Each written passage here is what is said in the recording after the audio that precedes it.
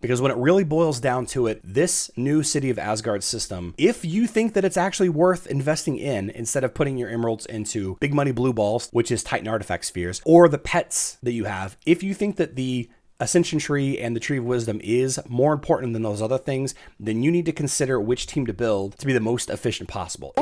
It's only a game. Why you have to be mad? What is up, Heroes of Dominion? My name is Charlie. This is Hero War Central, and in this video, we're going to discuss the Ascension Tree. We're going to discuss which heroes that you should upgrade with the Ascension Tree in a little bit. We're not going to go too in depth in that. And we're also going to discuss it compared to the Tree of Wisdom and what it actually means for you and your heroes and your team. If you're interested in my leveling philosophy for the Ascension Trees and the Tree of Wisdom, and really the overall discussion on how you should manage your resources on this game, check out the video that's linked in the top right hand corner right now. It has everything to do about Ascension. It's getting a lot of controversial comments, but that's okay. The Ascension Spire is something that every single hero has access to. All of the heroes have 5 tiers of this tree, and all of these trees will give you bonus stats. For example, you can see here physical attack, health, and agility for my Kark. Some heroes, 7 in particular, have 2 additional skills that you can upgrade at the top of rank 2 and rank 5. All heroes will get these 2 upgraded skills eventually, so it really won't matter for the sake of this. I am getting a lot of feedback about why I'm not focusing on these heroes, and to me, you've got to consider these additional skill upgrades. You've got to consider them like if a new hero was added to Hero Wars, or if an existing hero was reworked to have their skills adjusted to be more effective against certain situations. You have to ask yourself, would you level up that brand new hero or that reworked hero? And if you've been listening to me for any amount of time, the answer is no. The skills that these heroes are getting are nice, but they're not so overwhelmingly powerful that you need to drop what you're doing and level up these heroes instead. That is a mistake. It's a classic misdirect getting you to waste resources in a place that you don't need to waste them. Therefore, we're going to work on our main team of heroes, and my favorite hero is Kark. So I thought we would talk a little bit about what it actually means to fully ascend Kark,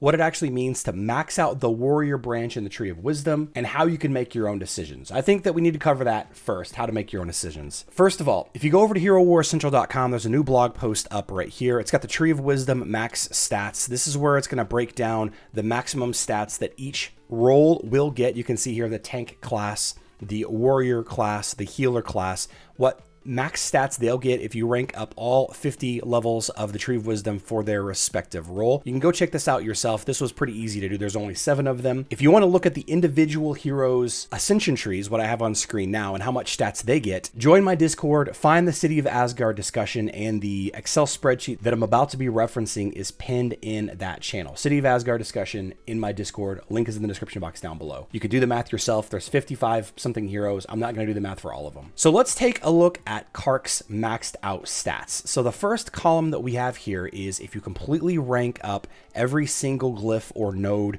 in his Ascension Tree. You can see that he gets 2,210 agility, 5,270 physical attack, 6,320 magic defense, and then 2,280 armor penetration. If we add to that the maxed stats from the warrior branch in the Tree of Wisdom, you can see that there's an additional 40,440 health, an additional 4,411 physical attack, another 3,396 armor, 3,810 magic resist, and then 5,740 armor penetration. This is nice little stack of stats here. When you convert this agility right here, this 2,210 agility to more stats, it's an additional 6,630 physical attack. Since agility is Kark's main stat, and every point of agility that Kark gets is 3 physical attack and 1 armor. So you can see another bonus of 2,210 armor there, for a total of this column right here. You can check it out: 2210 agility, 172,000 health,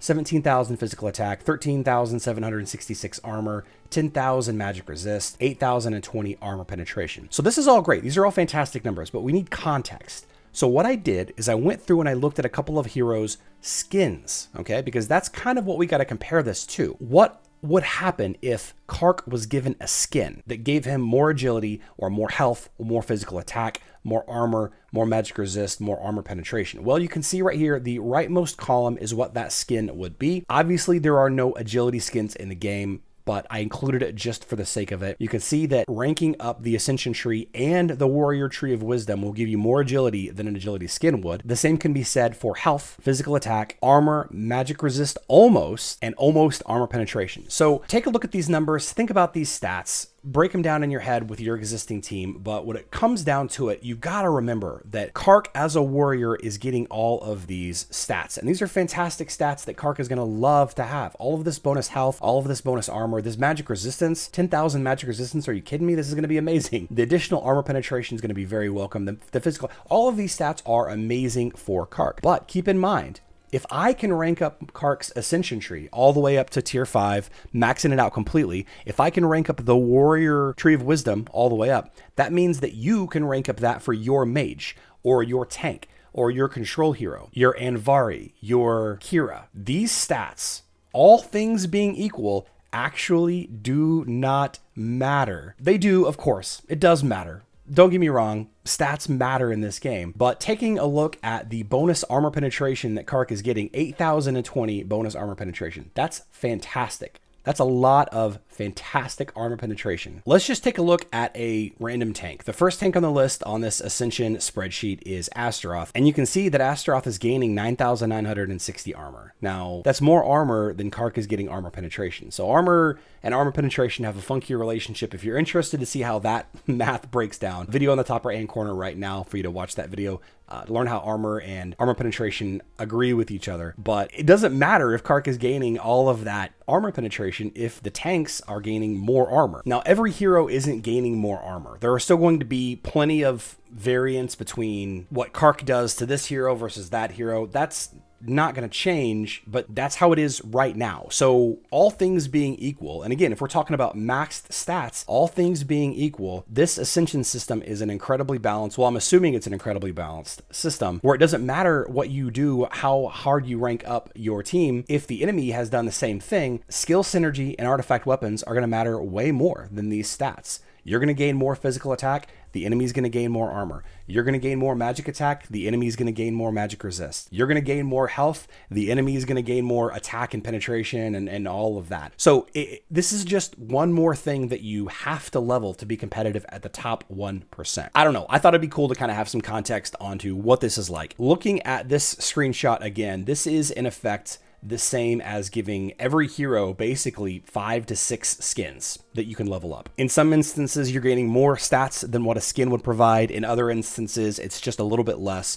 For example, 10,130 magic resist versus 10,650 if you would have gotten a magic defense skin. So keep that kind of in mind as you're choosing which heroes to ascend. Another video that we need to do, and probably the next video that we're going to do, is going to be discussing, should you focus on building a team around ascending heroes and the resources needed for those, or should you focus on building teams around the branches of the Tree of Wisdom and having the most efficient leveling for that? Because when it really boils down to it, this new City of Asgard system, if you think that it's actually worth investing in instead of putting your emeralds into big money blue balls, which is Titan artifact spheres, or the pets that you have, if you think that the Ascension Tree and the Tree of Wisdom is more important than those other things, then you need to consider which team to build to be the most efficient possible, if there are indeed finite resources, which there is not. If you found this video helpful or informative, please consider leaving it a like. If you'd like to see more videos like this, of course, just hit that subscribe button, turn on notifications to never miss a video. When it boils down to it, you need to invest these resources in your primary team, in the team that you enjoy playing, because that is going to be the best way for your existing team to be successful. If you switch gears and start investing resources into heroes not in your main team, it's just going to put you further behind. The Ascension Tree is no different than making skin stone decisions or artifact decisions or glyph decisions. It's all part of the same stat arc. And again, we don't build teams based on stats. We build them on skill synergy and artifact weapons. I love you all. Good luck in Dominion.